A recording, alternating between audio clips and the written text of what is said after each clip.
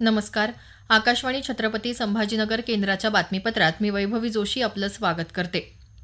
अल निनोच्या संभाव्य परिणामांचा आढावा घेण्यासाठी पंतप्रधान कार्यालयानं एक उच्चस्तरीय बैठक घेतली. या बैठकीत भारतीय हवामान विभागानं देशातली मान्सूनची सद्यस्थिती आणि अल निनोच्या संभाव्य परिणामांबाबत सविस्तर माहिती दिली. महाराष्ट्र, गुजरात, मध्य प्रदेश आणि छत्तीसगडमध्ये मान्सूनचं आगमन सुमारे 10 दिवस उशिरा झालं. मात्र 7 जुलैपर्यंत देशातली पावसाची तूट 12% कमी झाली असून जुलैच्या पहिल्या आठवड्यात सरासरीपेक्षा अधिक पाऊस झाल्याची माहिती यावेळी देण्यात आली. तज्ज्ञांच्या मते जुलै आणि ऑगस्टमध्ये अल निनोचा प्रभाव सौम्य ते मध्यम स्वरूपाचा राहण्याची शक्यता आहे. पाणी टंचाईग्रस्त जिल्ह्यांमध्ये पिण्याच्या पाण्याची उपलब्धता सुनिश्चित करावी, तसंच कृषीनिविष्ठ आणि अत्यावश्यक अन्नधान्याचा पुरवठा सुरळीत ठेवण्यासाठी केंद्र आणि राज्य सरकारांनी समन्वयानं काम करावं, अशा सूचना देण्यात आल्या.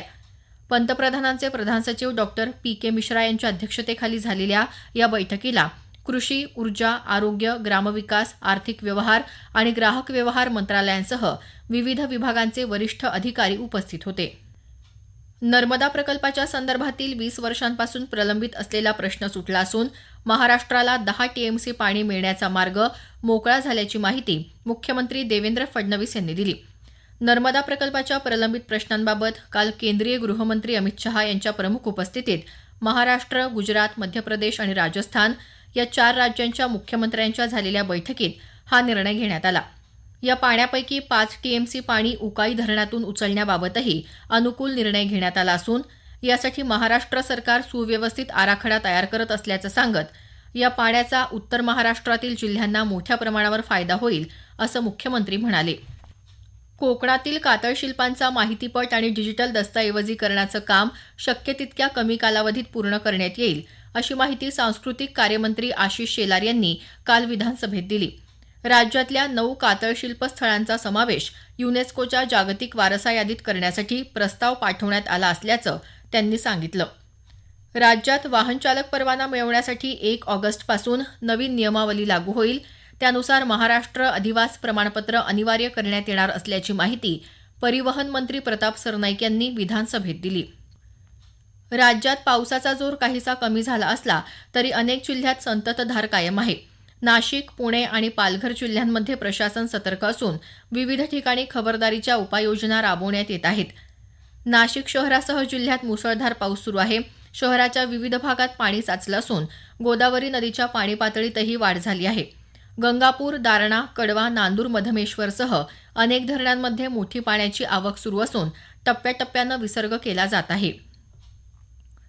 पालघर जिल्ह्यातल्या पूरस्थितीची काल आपत्ती व्यवस्थापन मंत्री गिरीश महाजन यांनी पाहणी करून आढावा घेतला. नागरिकांच्या सुरक्षिततेला सर्वोच्च प्राधान्य देऊन आवश्यक ते सर्व उपाय करण्याचे आदेश त्यांनी अधिकाऱ्यांना दिले. सांगली शहरासह अनेक ठिकाणी पावसाच्या हलक्या सरी बरसत आहेत. कृष्णा आणि वारणा नदीच्या पाणलोट क्षेत्रात होत असलेल्या पावसामुळे महे, नागठाणे, सांगली आणि म्हैसाळ बंधारे पाण्याखाली गेले आहेत. पुणे जिल्ह्यात झालेल्या जोरदार पावसामुळे भीमा नदीत पाण्याचा प्रवाह वाढला असल्यानं उजनी धरणातील पाणीसाठाही वाढत आहे. खडकवासला धरण पूर्ण भरल्यानं मुठा नदीपात्रात 22,880 घनफूट प्रतिसेकंद वेगानं पाण्याचा विसर्ग सुरू आहे. छत्रपती संभाजीनगर शहर आणि परिसरात आज पावसाची संततधार सुरू आहे. लातूर जिल्ह्यात यंदा 6 जुलै अखेरपर्यंत 117 मिलीमीटर म्हणजेच वार्षिक सरासरीच्या 16.6% पावसाची नोंद झाली. शेती आणि जलसाठ्यांसाठी आवश्यक असलेल्या दमदार पावसाची प्रतीक्षा अद्याप कायम आहे. जिल्ह्यातल्या लहान मोठ्या धरणांमध्ये सध्या 17% पाणीसाठा उपलब्ध आहे.